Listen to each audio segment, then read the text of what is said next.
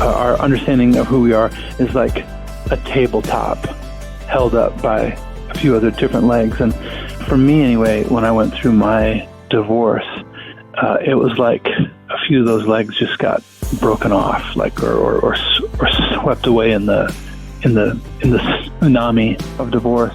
That's Jason Gray, who is so very self-reflective and open during this interview that we had the chance to talk with him about. And he is someone that's open about the fact that he went through a divorce, and he is very tender-hearted, I feel, for people who have had that experience and other, life-breaking circumstances, and also God's ability to bring redemption into lives.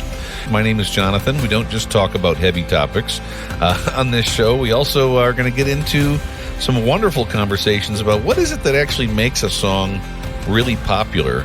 And we celebrate this new album coming out from Jason Gray. It's out now. It's called Greatest Hits Acoustic. And if you have listened over the years, you've heard Jason Gray's music. There's no question about it. We played several of his songs in the years gone by, and it was really fun. The album actually came out in July of 2025.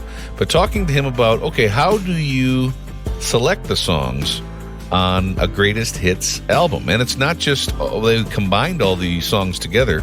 He actually re-recorded all the songs, and as you'll hear, had the chance to involve some family members and just a whole lot of passion going into this greatest hits acoustic album with Jason Gray. And we were very happy when he called in to say hi. We bring the kingdom come. With every act of love. Hey, this is Jonathan. Yes, sir. Hey, man, how are you doing? I'm doing quite well. How are you? I'm doing well. Long time no visit. No chatter. Yeah. So, greatest hits. Yeah. Can you believe it? I mean, I can, because as I look at all the songs that we played of yours over the year, I mean, I'm glad I don't have to decide which ones are the greatest hits. And because with you, it's kind of like, I feel like some of the, however you define what a hit is, I'm thinking like, for example, like Not Right Now. I don't know how many radio stations played that. Maybe a lot did, but I felt like, no, I think you were one of the only ones, actually. Wow. Yeah. Well, then I take pride in that. Yeah. And there were more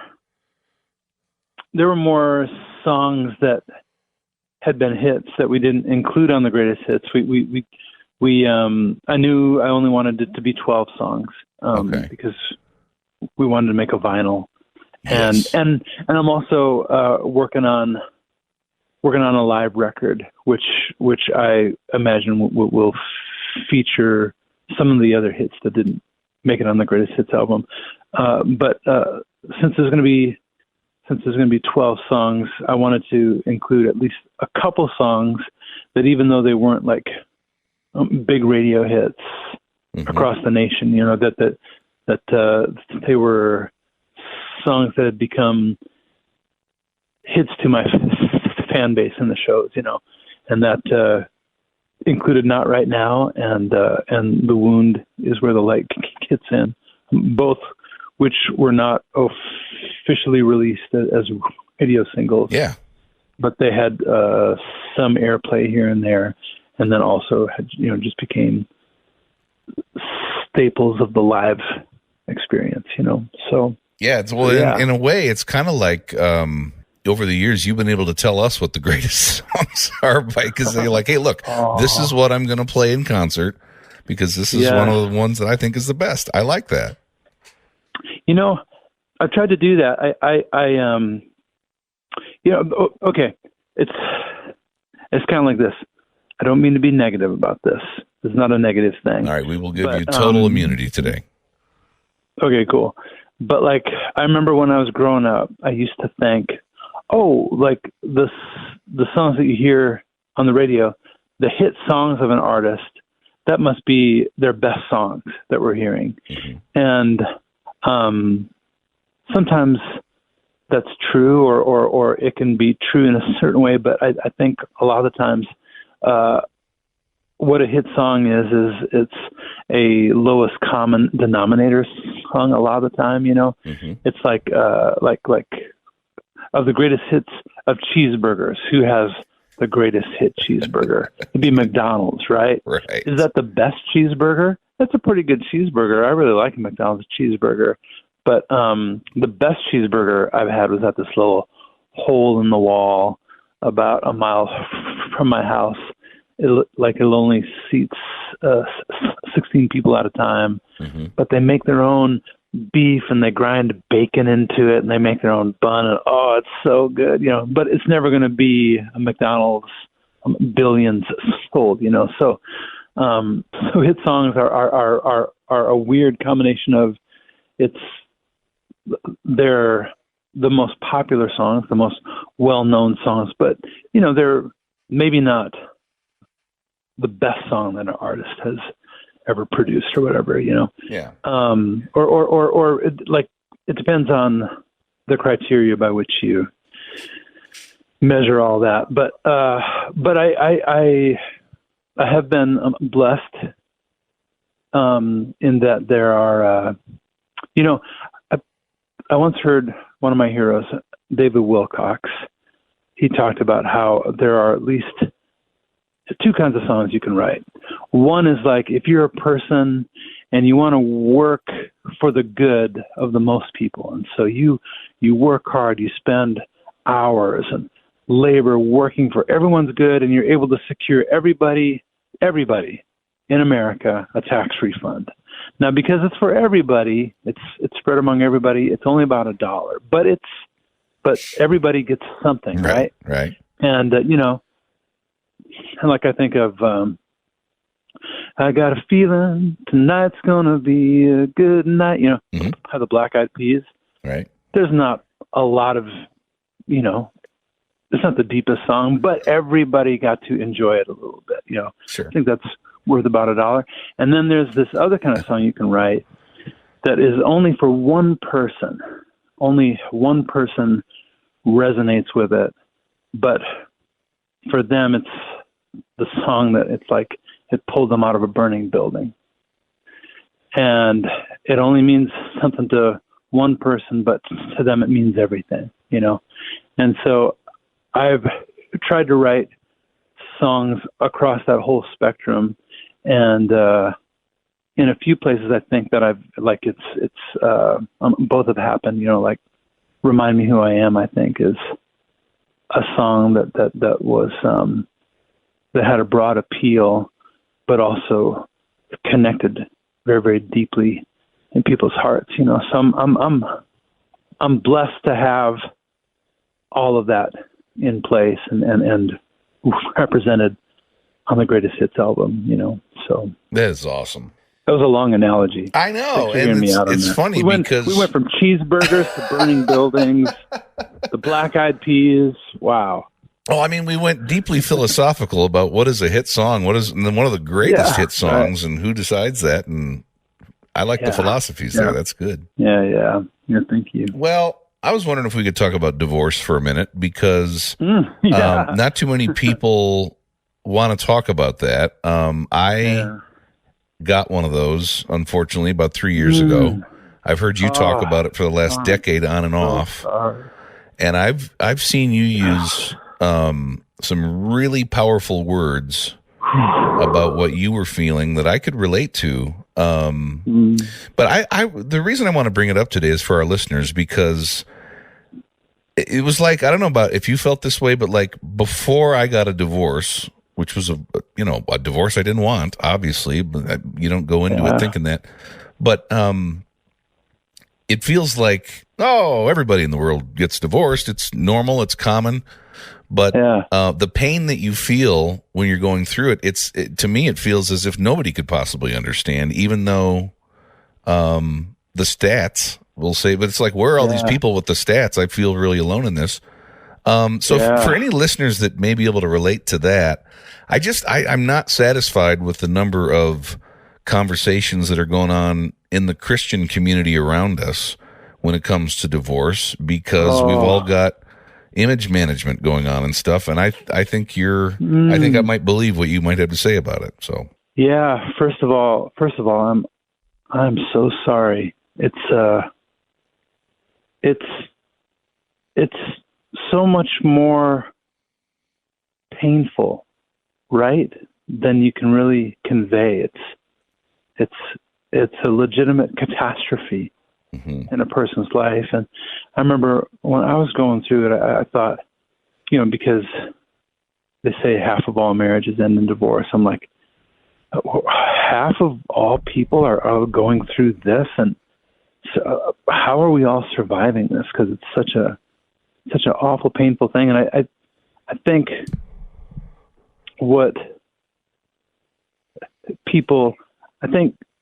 a couple things that would be helpful for people to understand is that, our understanding of who we are is propped up on a few legs. Like our understanding of who we are is like a tabletop held up by a few other different legs. And for me anyway, when I went through my divorce, it was like a few of those legs just got broken off, like or swept away in the tsunami of divorce.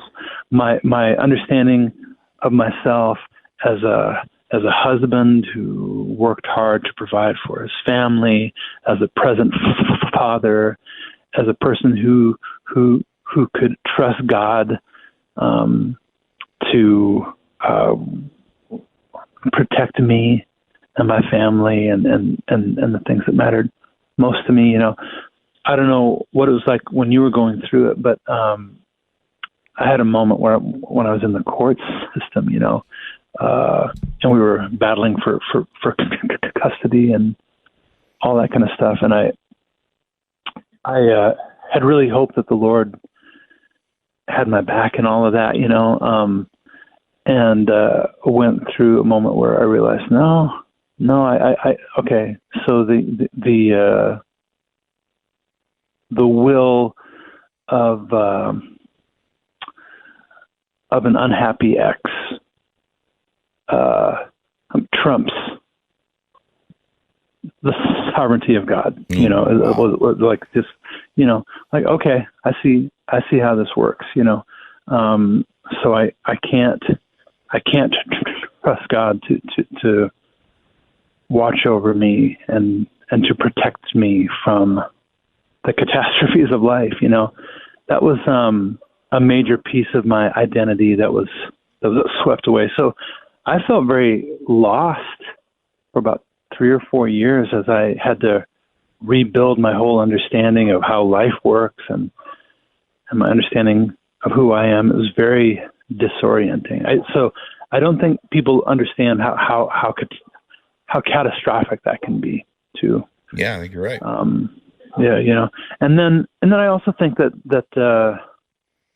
and I think that I did this too before it happened to me, is divorce represents chaos, and we don't really like chaos, and so we look for stories to kind of make sense of the chaos so that we don't have to deal with it anymore, right? And so we'll ask, why did they get a divorce? And what you're looking for is some kind of easy answer so that you don't have to worry about it anymore, so it doesn't have to trouble you anymore. And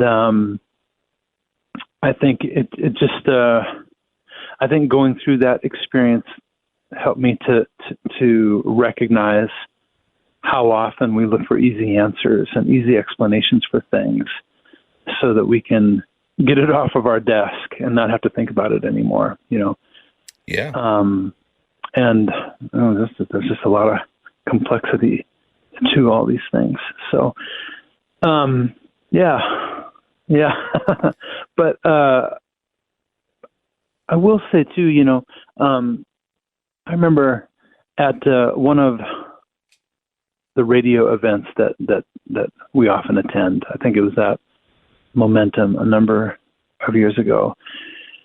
There was a music director who came up to me and he said, "You know what? I'll be honest. I really didn't get your music. I didn't get you, and I just didn't, I didn't know where you were coming from. And then I went through a divorce, which was the great catastrophe of my life. And all of a sudden, I understood your music." And I do think a lot of my songs, I would call them like post-apocalyptic songs, right? Like they're there waiting for you on the other side of some painful thing that you've gone through. I would imagine my songs kind of open up to a person after they've had certain life experiences. Incredible Does that pain, make sense? yeah, for sure. Yeah.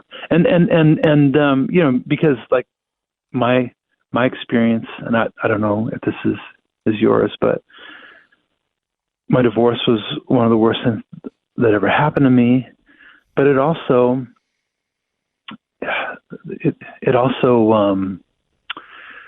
broke me free of a lot of my naivety, a lot of my. It grew me up, I suppose, and the wound is where the light gets in. We all go through difficult things that, the person we are before the painful thing isn't the same person who comes out the other side, right? Mm-hmm. Of the storm of life. And the storms of life are transformational. And I was speaking with somebody at a show recently, and she had been through a cancer battle 6 different times. It came back. Whoa. And she said, if I could choose to not have gone through any of this, I wouldn't choose that, because I wouldn't be who I am. I wouldn't know the things I know without having gone through all of that. I might change it for the sake of my husband, because it's been very hard on him. Right. But otherwise, my journey through this storm of life has made me who I am. And I resonate with all that. That's my experience too, so. Yeah. In fact, we had the great privilege of talking a couple months ago to Russ Taff, and we asked him that question, the same deal. It was like he would not have wanted to, not deal with, or he wouldn't trade the childhood trauma, the alcoholism, all that, because he said in his case, he goes, I never would have gotten the healing that I don't know if he said healing, but to rehab that then ultimately got him into a better place. The wisdom. Wouldn't have gotten there on his own. Yeah. Yeah, totally. Wow. Yeah. That's wild. There's a quote I like by a guy named Robert Lee. He said, "Wisdom is healed pain. Wisdom is healed pain." I think about that a lot, about how, any wisdom that we have, the wisdom that you have, Johnathon, you've paid dearly for, right? Yeah. And but now it's yours, and you probably wouldn't have gotten it any other way, and you get to spend it however you want to, And I and my other my first mentor, he said, "I don't trust anybody who hasn't been broken." And I think about that a lot, and very early on in my ministry, I worked at a church, and I had my office, and I had a big desk, and I remember this guy who came into my office who was going through a divorce, and I was a young man, newly married, and I had so many opinions about something I knew nothing about. Mm-hmm. And I remember he sat across from me, and I was so quick to give him my answers and my doctrine and my Bible verses that I knew. And I remember he walked out of my office, and at the time I felt like, I was really on today. I really gave him something good, And it wouldn't be till many years later when I was on the opposite side of a desk like that, speaking with a person who was so eager to give me advice about something they knew nothing about. And I remember sitting there feeling so lonely in all of that. And all of a sudden I remembered the man who'd come into my office all those years earlier. And I thought, oh, dear Lord, please forgive me. Have mercy on me. I did this to that man. Like he came here looking for hope and comfort, and I just gave him answers. And I made a hard time harder for him, and he left my office feeling lonely. And, the hard things we go through, including divorce, they do steal from us. They take a lot from us. But I believe that God makes sure that they don't leave us empty-handed too. And one of the things that I received by going through all those painful things is that I'm more trustworthy now. I'm one of those broken people who can be trusted with other people's pain.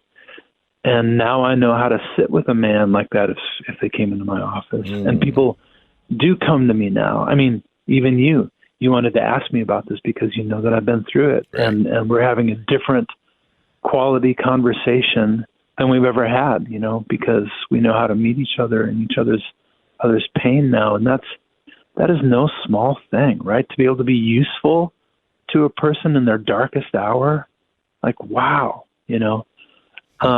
Yeah. And so that is one of the ways that we are compensated for our troubles, is that we can become forces of meaning and healing and help in the world. I'd like to believe that that's what I can be now, Amen. Well, that leads me to the last thing I want to ask you then. Since you have released a greatest hits album, that makes you an elder statesman in the Christian music world. Plus, you already speak with the wisdom of a sage. I remember Chris Hauser saying that your style of music is kind of thinking man, singer-songwriter. I like that. So I'm going to put you to 100 and 120 years old at this point. But here's what I want to ask you. I want to talk about other artists real quick, and I just want to know who catches your eye at this time, especially among people that have been in it less time than you have. About that? The first music that really spoke to me and continues to speak to me is Paul Simon. I feel like he's a very truthful artist. It was through his music that I first heard God speak to me through music before I even knew who God was or anything like that, right? When I was a little boy, I heard Bridge Over Troubled Water, and my life was very chaotic at that time because my parents were in the midst of a very ugly,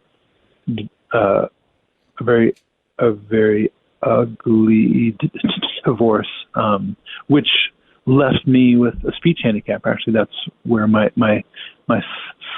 stuttering came from. Oh, wow. And so I always experienced music as one of the ways that God speaks.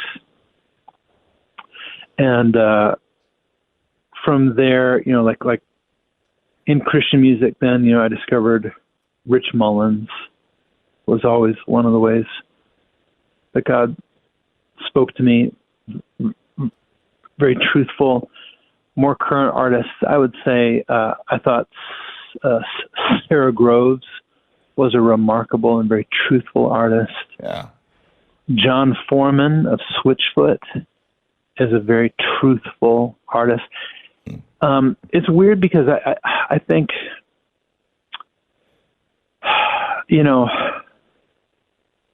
a lot of preachers, they can be very dynamic.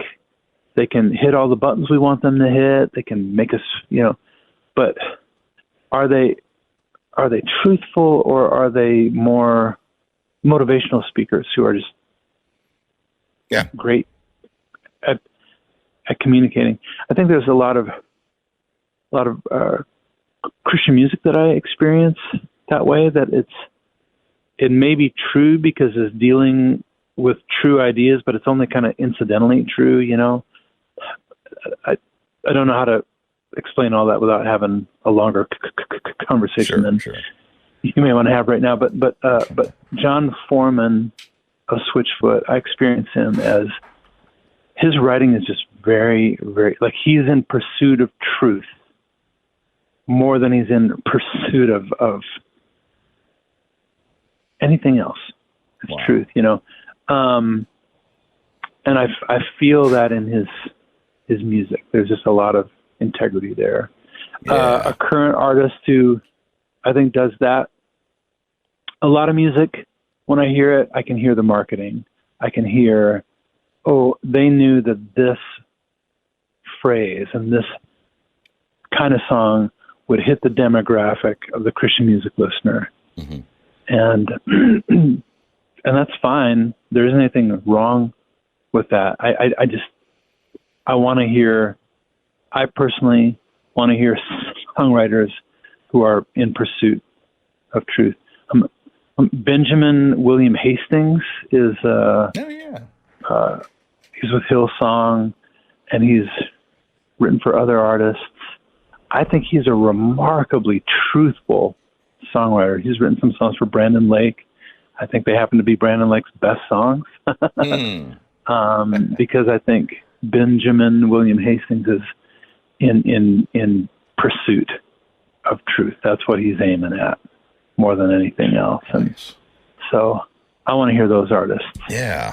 Have you ever heard of a songwriter named Sophie Sanders? No. Okay. Is this someone I should hear? Well, there's a song called Little Bird by Blessing Offor that I guess she wrote mostly. But I was just curious because I could see that. I don't know who she is, but I just happen to know. He said that she, I thought he wrote it. And, he goes, I got to give credit to Sophie Sanders for that one. It's like, I want to hear that. I'll I like send the it name to of the you. song Yeah, already. Okay, yeah, please do. It's so good. One of the lines in it is, freedom all alone. Well, that's a wing made out of stone. Freedom on your own ain't really free. No little bird, that ain't what it means. Even freedom needs some fences. Even blue skies need the ground. Though you think it's going to hurt, even you, little bird, need the feeling of coming down. It's kind of a neat metaphor about, I don't know. I heard that it came out right when the separation came down. And I was just like, come on now. That's so good. Yeah, that's, I don't think that's written for a market, right? Right.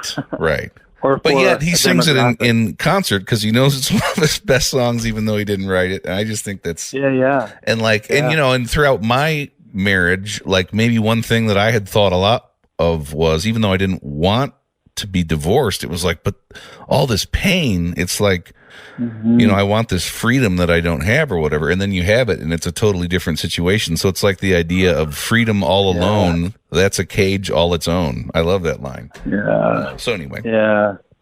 That's a Burning Building song, right? Yeah, that is. One that meets you in the burning building. That's true. Yeah.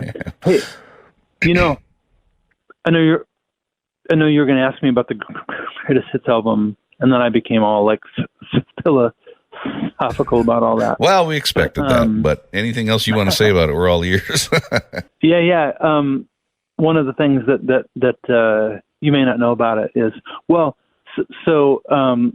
the Greatest Hits Acoustic Versions album started because I had written a children's book based on my song Sparrows. And then I thought, well, hey, I should do like an acoustic reimagining to release along with that. And I imagined it would just be me playing my acoustic guitar.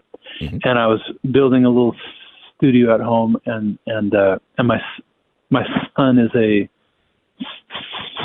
studio wizard. He's just a genius. And so I asked him to come over and help me get everything hooked up the way it's supposed to be. And I started playing. I said, or what if you did it like this? What if you made the song like a song you'd hear in a coffee shop that you would do homework to? Okay. I'm like, okay, what's that like?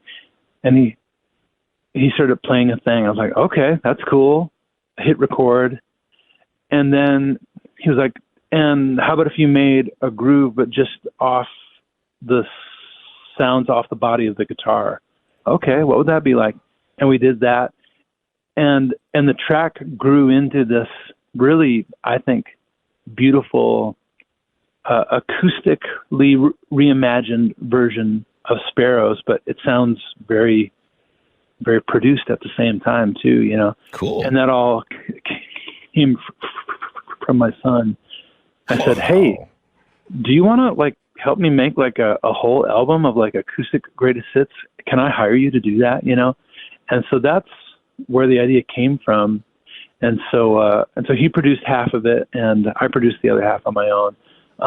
The cooler half of the record are the songs that he produced. You know, he's so awesome. great at that. I love that. Including like, you know, we did a version of "I'm Gonna Let It Go." Okay.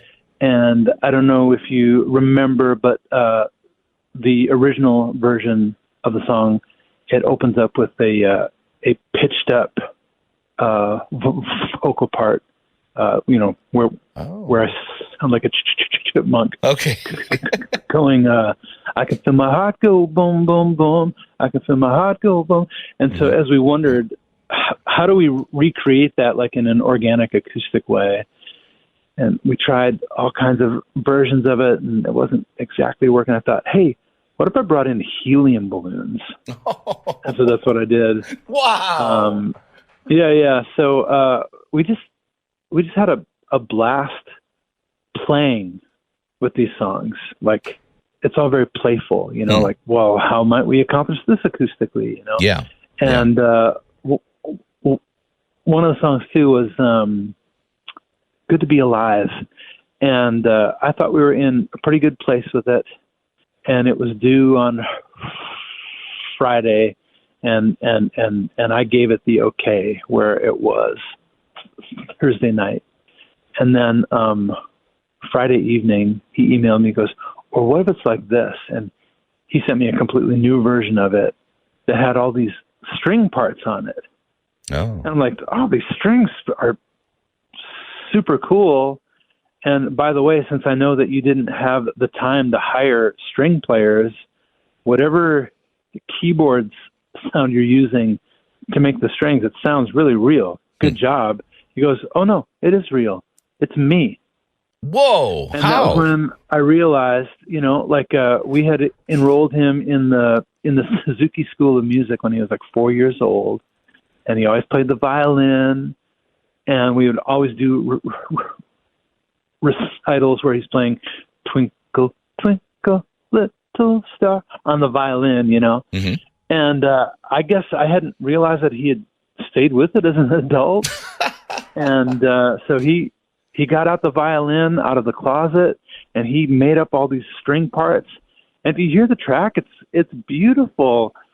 And when I realized, oh my gosh, that's my little boy who I used to watch play "Twinkle Twinkle," and he's doing that on my song. It was so meaningful. That is beautiful. And it's probably my favorite track on the album, because I all I can see is my little boy, you know, playing the violin on it and stuff. And so he's not a little boy anymore. He's right. Well, and that's why it's so 28 cool. years old. But yeah. That's why it's so cool that, I mean, not only is it greatest hits, but it's also these acoustic reimaginings of things that, you know, that's a totally neat approach of how to do something like that. I'm really happy, by the way. Super fun. Blessed Be is the first track, isn't it? Yeah, that was the first one I ever released. Yeah. Oh, yeah. And I mean, because that tells, I mean, this is the Jason Gray story, and that was me and you in the Northwest Indiana little bookstore where there were a few people. I remember you remembering that last time we talked, and it's been a while, but I mean, that's where that was at. And I think word of mouth kind of know this guy, Jason Gray. But yet, even today, like, I remember hearing a clip of you talking about that song and saying that it's our weaknesses that actually hyper qualify us for the work of the kingdom. And I still use that with a little clip of the song today, because I just feel like that's one of my favorite things I've heard in my career. It's so true. I love it. Thank you. You know, and my son played the piano on that. Awesome. And one of the things that wasn't planned, but I think is so cool about the acoustic version of it, you know, my son is a great piano player, and he grew up like we loved the Peanuts, Christmas special, all things Peanuts, and all that music was done by the Vince Guaraldi trio. Yeah. And we had that playing in the background all while he was growing up. And so I think that influenced his piano playing.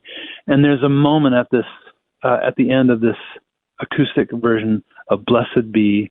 And if people haven't heard that song, it goes, losers, all the lovely losers who never thought you'd hear your name. And at the end of the song, it sounds kind of like Peanuts on the piano. And really? We hadn't planned that.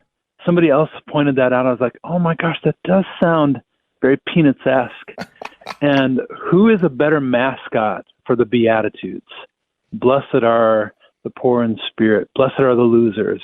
Than Charlie Brown, right? Oh, like preach. He's That's the true. mascot of the Beatitudes, right? Yep. And that little influence would be at the end of that song about the Beatitudes is like meaningful to me, So I now, love that you remember that song. Do you think that your son did that on purpose as a little way to please you, kind of like not in a bad way, but just to like show, hey, Dad, you had that on, and that did influence me. You think he put that in there, hoping you'd notice that? No, I think it happened.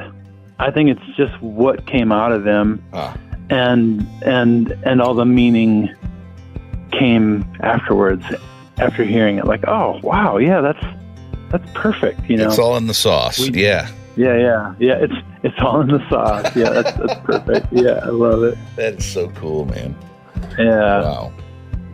Well, this has been a blessed conversation. I have truly enjoyed getting on the phone with you here and you too, and making it happen. I'm going to send you that song. And okay, good. I can't wait to hear it. Well, we want to hear your music. Greatest Hits Acoustic, now available from Jason Gray, wherever you get music. And thank you for the time, man. It was just great to catch up. I really appreciate you sharing from your heart, and we love you. I love it. Thank you. Good to talk with you again.